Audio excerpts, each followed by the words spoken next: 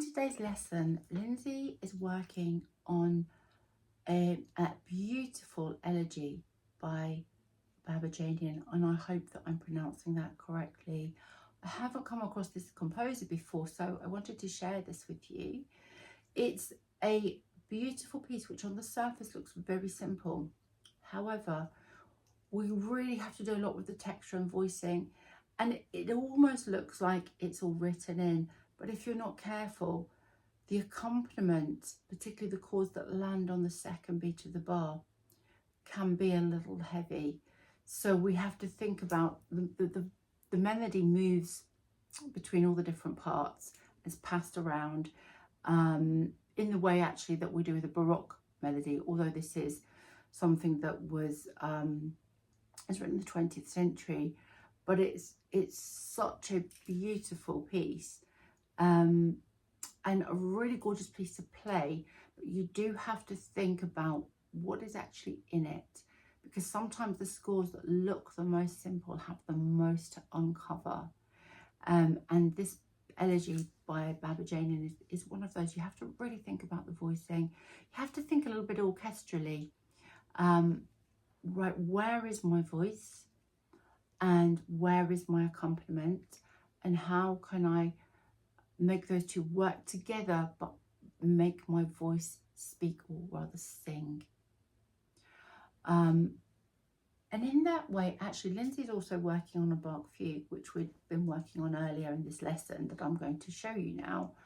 A very short clip of the Babadjanian work that we did on voicing and accompaniment and breathing. And that's another thing. Do you breathe when you play? And how do we show breath at the piano?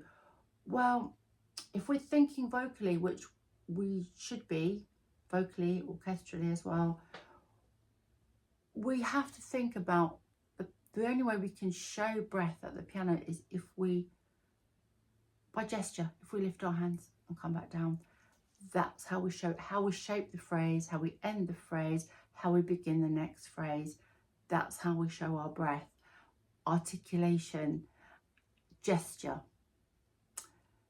Arto Bizarro says everything at the piano is gesture, and it is.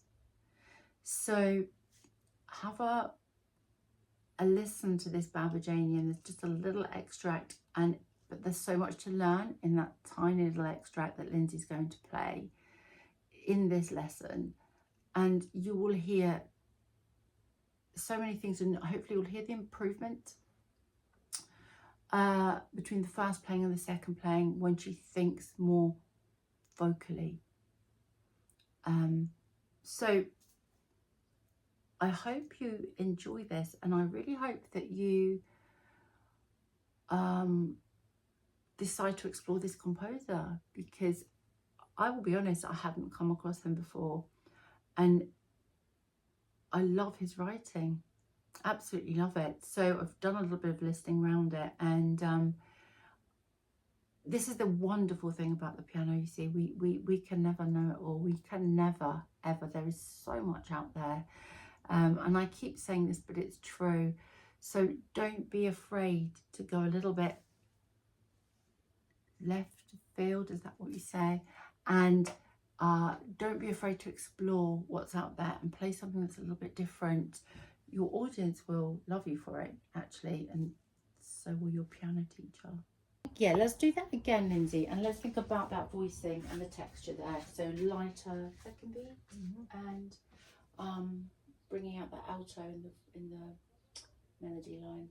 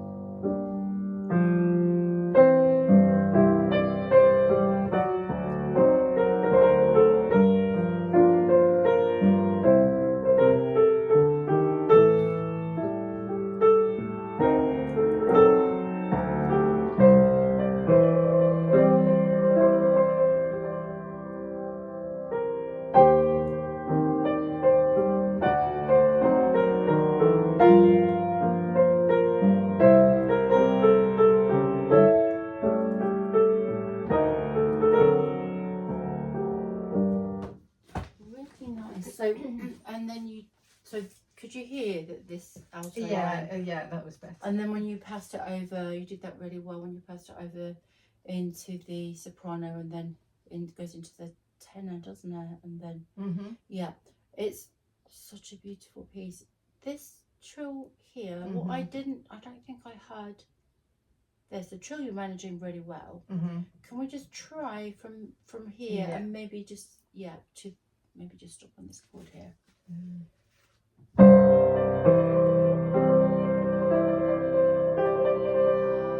you go.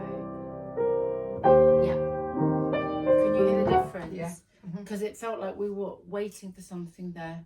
And you can take a bit more time here. Yeah. You can do a little bit of rubato here. I mean, this, even though it's not from the romantic here, this feels such like a romantic piece, and it's an elegy anyway.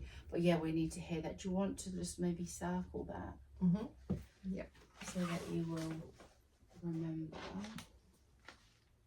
And then if we just maybe do to this cadence here, and just thinking about those drop thirds, but keep the phrases long.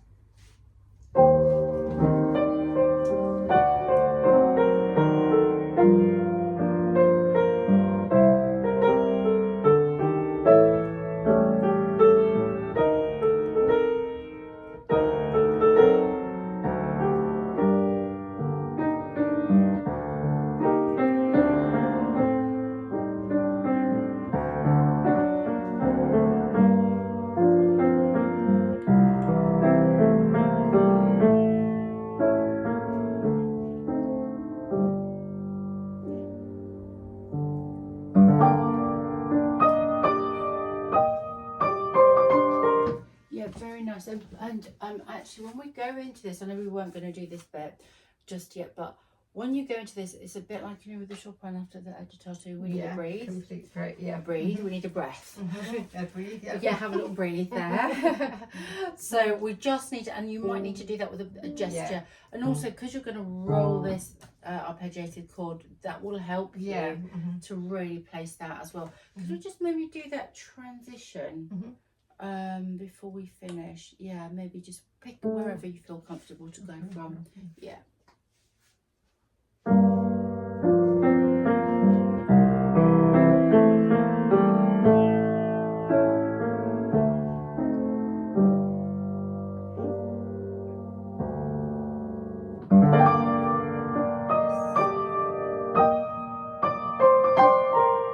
you hear that? Yeah. So different, just that breath. Makes all the difference.